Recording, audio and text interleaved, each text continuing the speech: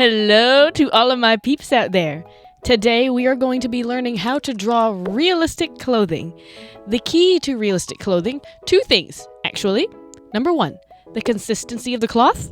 Number two, the form of the person, creature, or object that is going to be wearing the clothes. Take these two for example. We can realistically say this man's cargo pants are going to be stiffer than this girl's dress. Why? Because of the fabric. The dress is a lighter, thinner material than the thicker, more dense cargo pants of the man. What was that? You want to start drawing clothes now? Yeah! I'm glad you asked. First, let's find ourselves a reference. And I have this shirt that I crumpled up. And we can study this, like so. Or we can just find online resources. Okay, here we are. Obviously, I took the online references route for this exercise, and before we officially begin, I wanted to tell you that I am using the Clip Studio Paint drawing software for this activity. You can use any other drawing software you'd like. You can even use traditional pen and paper. That does not affect the effectiveness of this exercise.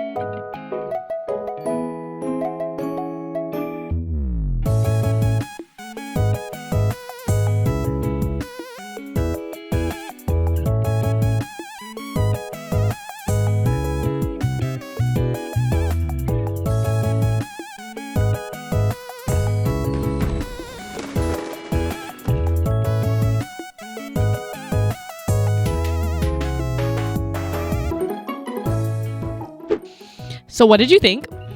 I personally enjoyed it. I think it was a quick, easy exercise. Get yourself some references, test this out on your own, and see how it transforms your clothes from to realistic.